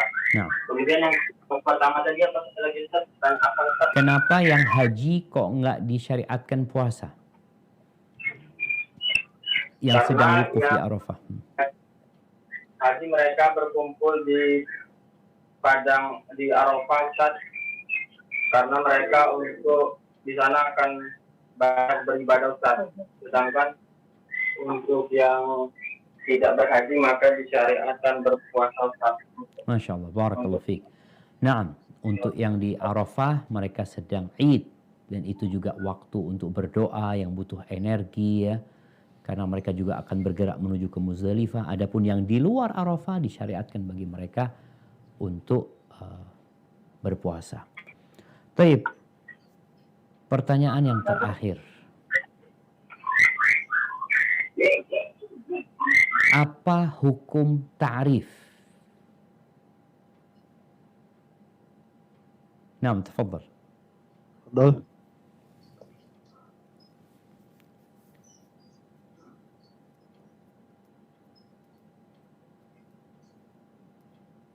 Al-Ukht Nur Asia, tafadhol. Naam. Afwan Ustaz, tadi boleh diulang pertanyaannya? Pertanyaan apa hukum ta'rif? Ta'rif itu artinya mengarafahkan tempat kita. Artinya kita memanfaatkan waktu setelah zuhur ya, kumpul di masjid, semua orang pada berzikir masing-masing, berdoa, mereka mohon sama Allah sampai sore hari. Mubah Ustadz, diperbolehkan. Masya Allah, barakallahu fikum. Naam. Jadi hukum ta'rif ini sebagian ulama membolehkan, tapi sebagian melarangnya. Karena mereka berpendapat Nabi tidak melakukan itu, para sahabat tidak melakukan itu, walaupun disebutkan ada riwayat dari Abdullah bin Abbas melakukan itu. Artinya sebenarnya silahkan kita beribadah pada hari Arafah ini tanpa harus mengundang orang-orang untuk ke masjid, untuk rame-rame di masjid, tapi semua ibadah masing-masing, berdoa mohon kepada Allah Azza wa Jalla. Tapi yang jelas jemaah, jangan lewatkan siang hari ini untuk banyak-banyak berdoa memohon kepada Allah Azza wa Jalla. Jazakumullah khairan. Itu yang dapat Anda sampaikan. Kurang lebihnya mohon maaf. Anda kembalikan ke Ustaz Logi. Barakallahu fikum. Insyaallah. Jazakumullah khairan wa barakallahu fikum. Kami sampaikan pada Ustaz Dr. Syafiq Riza Basalamah, LCM Hafizahullah Ta'ala, atas materi yang telah disampaikan dan jawaban yang telah dipaparkan pula, beserta tim SRB yang telah meluangkan waktunya untuk kita untuk mengadakan kajian kita pada pagi hari ini.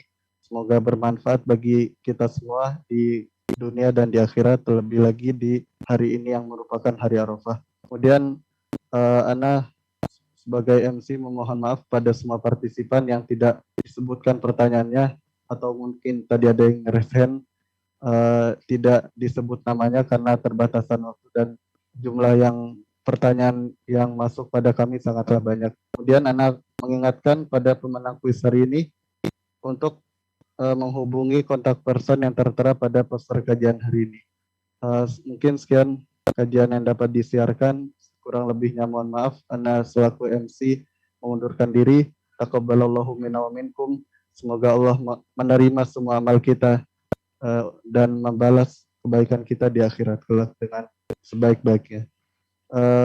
Marilah kita tutup dengan doa kafaratul majlis. Subhanakallahumma bihamdik, asyhadu an la ilaha illa anta, astaghfiruka wa atubu ilaik.